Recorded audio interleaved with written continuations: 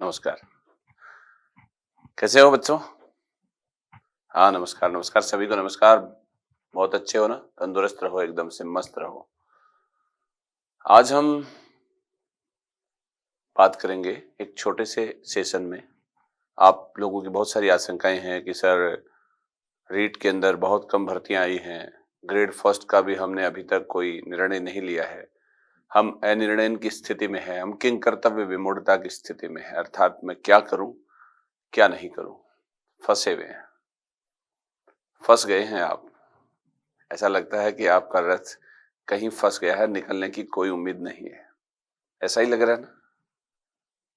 याद रखो, जब भी हमारी चुनौतियां आती हैं, तो उनके समाधान भी हमें ईश्वर या कोई दिव्य शक्ति सदैव प्रदान करती है। वह ईश्वर आपको संकेत देते हैं हर सही निर्णय का।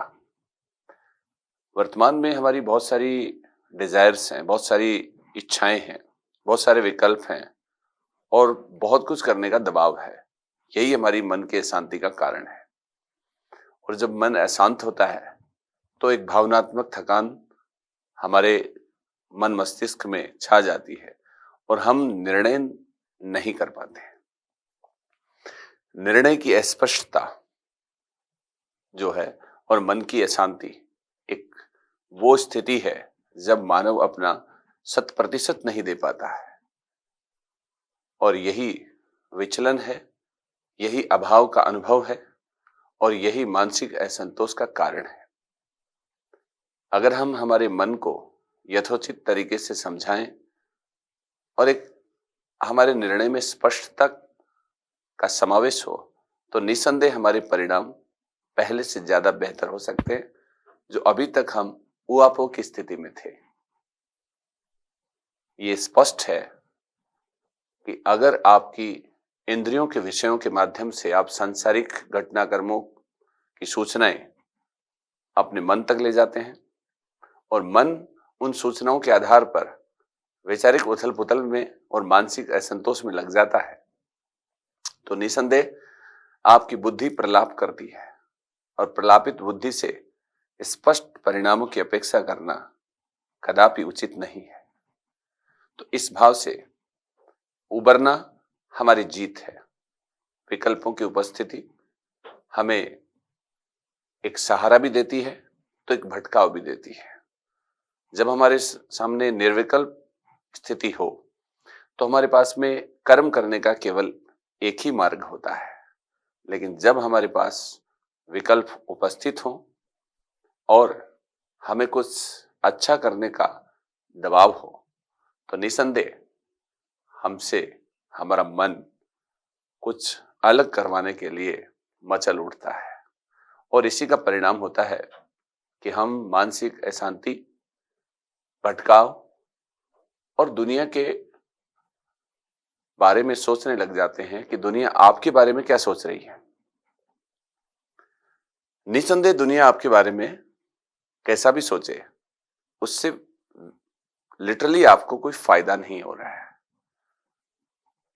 यानी मैं कहूंगा कि आपका कर्म ही आपका बेहतर परिणाम है, तो अतिशयोक्ति नहीं है। अशांत मन को शांत करना है बेहद चुनौतीपूर्ण जीवन की डगर है। आसान नहीं ये सफर है। निसंदेह है आपसे बेहतर नहीं बेहतरीन की अपेक्षा है और ईश्वर ने आप सबको वो सामर्थ्य दिया है। आपको सांसारिक विचारों के स्थान पे दिव्य विचारों के साथ साहचर्य स्थापित करके आपको एक उत्तम मानव संसाधन की परिकल्पना से गढ़ा गया है। आपको यथार्थ में, व्यवहार आचार में अपने पुरुषार्थ को दिखाना है। निसंदेह आप जितना बेहतर प्रयास करेंगे, परिणाम तद अनुसार ही आपको प्राप्त होगा। हाँ, आज हम इसी परिप्रेक्ष्य में थोड़ी सी बात करते हैं। तृतीय श्रेणी शिक्षक भर्ती जो परीक्षा है या प्रतियोगी परीक्षा जो है, उसको लेकर बहुत सारे बच्चों के बीच में असंतोष का भाव व्याप्त हो गया है और ये लाजमी है।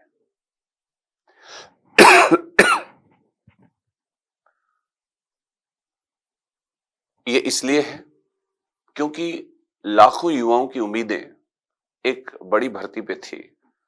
निसंदेह हमारी परिस्थितियां जो होती हैं वही हमें विचार करने के लिए प्रेरित करती हैं। अगर परिस्थितियां हमारी अपेक्षाओं के अनुरूप निर्मित होती हैं तो हमें सहज अनुभव होता है, सहजता अनुभूत होती है। लेकिन अगर हम जैसा हमारे मन मस्तिष्क में सोचते हैं उससे विपरीत अगर कुछ निर्मित होता है तो सहजता से ही हम उसको स्वीकार नहीं कर सकते हैं। ये हमारे लिए बेहद दुष्कर है और इसी का परिणाम मानसिक अशांति है।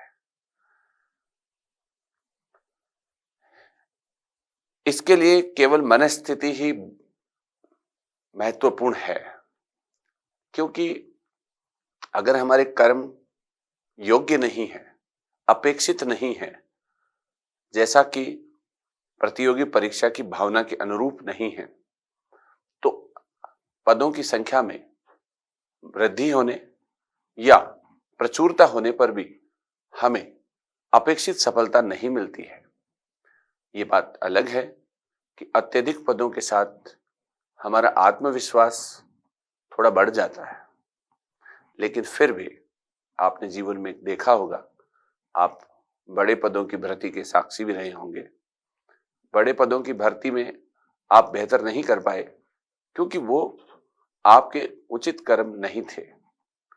उचित कर्म से तात्पर्य उस भर्ती परीक्षा को पास करने के लिए या उत्तीर्ण करने के लिए आवश्यक जो कार्यबल है या अपेक्षित कार्य है वो आपके द्वारा निर्वहित नहीं किया गया है, इसलिए आपको परिणामों से अपवंचना मिली है।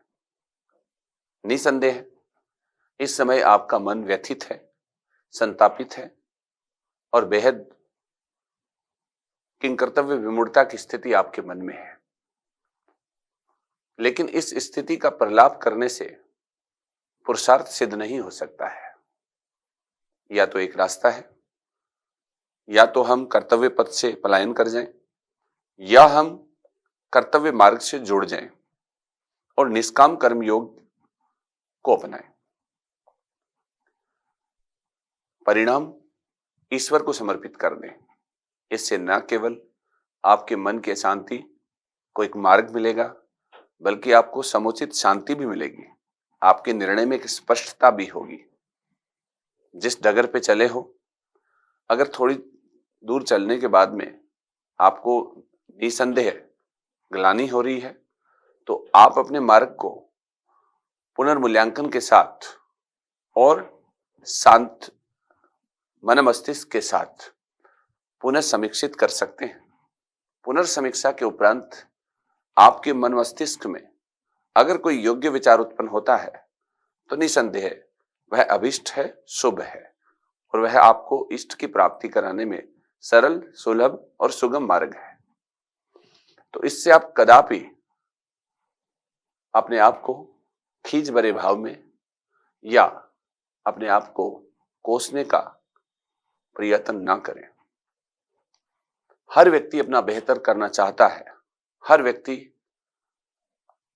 की इच्छा सुख, शुभ और उचित फल प्राप्त करने की होती है, लेकिन कदाचित ऐसा ना हो तो उससे हमारे भाग्य का अंतिम निर्णय नहीं होता है। मनुष्य है, वह अगर विचलित भी हो जाए कर्तव्य पथ से तो वापिस उस पर लौटकर अपनी गलतियों को ठीक कर सकता है। अगर पद अपेक्षित नहीं आए, पदों की संख्या में न्यूनता है, तो इसमें आपका कोई दोष नहीं है।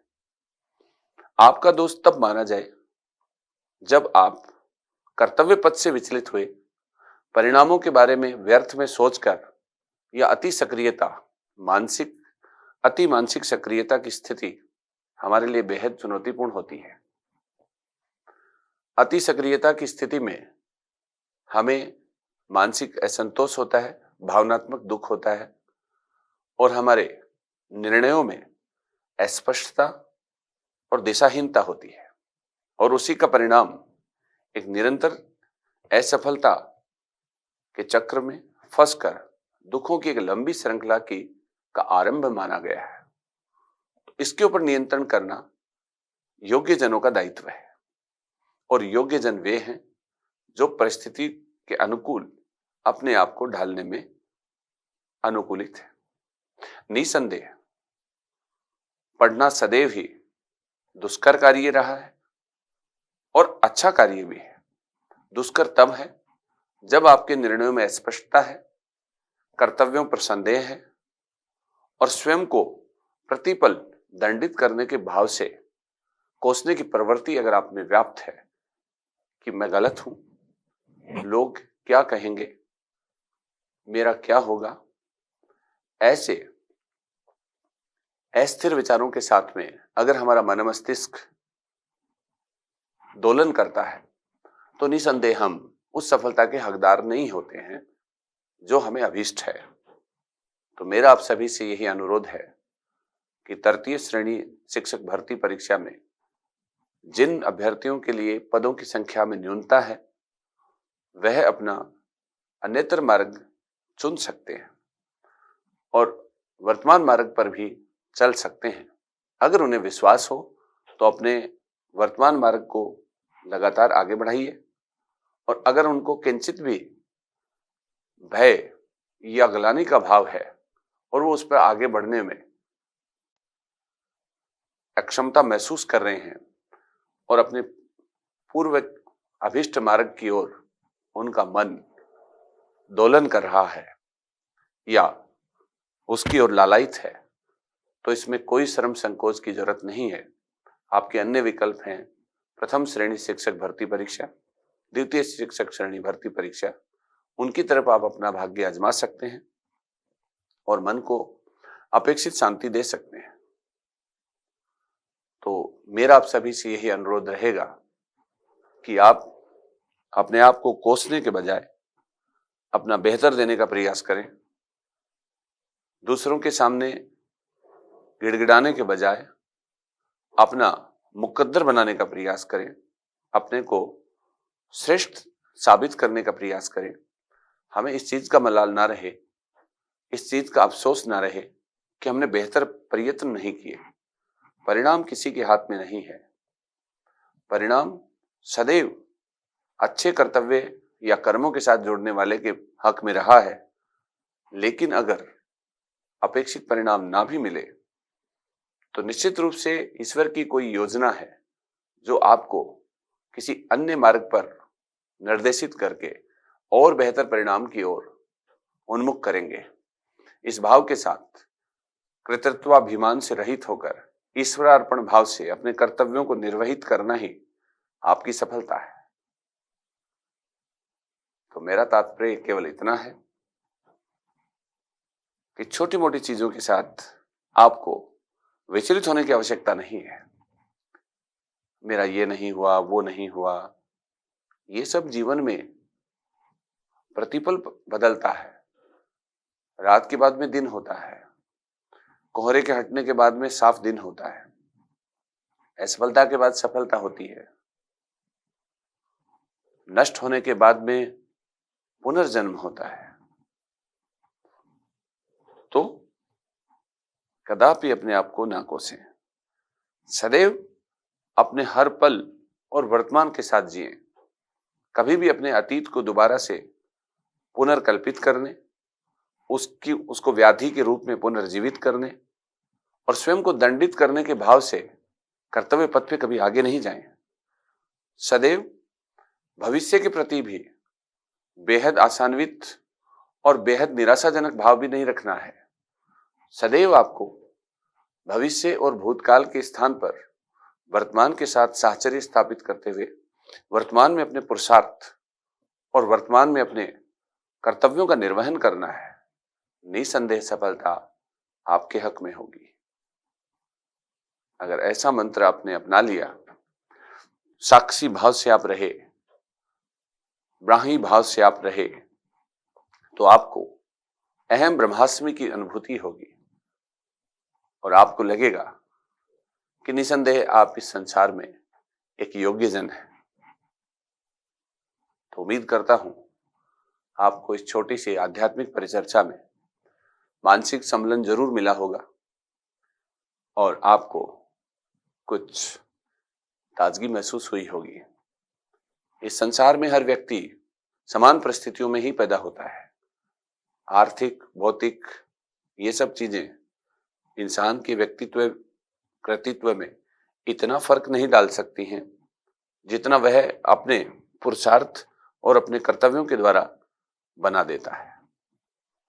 हमने हर सफल व्यक्ति की यात्राओं को जब पढ़ा है तो उसमें हमने यही अनुभूत किया है कि महान व्यक्तियों ने तपस्या और त्याग का मार्ग अपनाया था। राम इसलिए राम बने थे कि उन्होंने त्याग किया था। बुद्ध इसलिए बुद्ध बने कि उन्होंने त्याग किया। महावीर स्वामी ने त्याग किया। महात्मा गांधी ने त्याग किया। दुनिया में त्याग सबसे महत्वपूर्ण है। जिसने त्याग किया उसी को मिला है। आपको दुखों का त्याग करना है, नींद का त्याग करना है, आलस का त्याग करना है, वैराग्य भाव अपनाना है, सत्व गुण को जीवित करना है। आपकी बुद्धि चंचल रहे, बुद्धि स्थिर रहे, सक्रिय रहे और स्थिर रहे और योग्य निर्णयों के साथ साहचर्य दर्शाए तो निसंदेह परिणाम अपेक्षित है। सभी को सादर प्रणाम।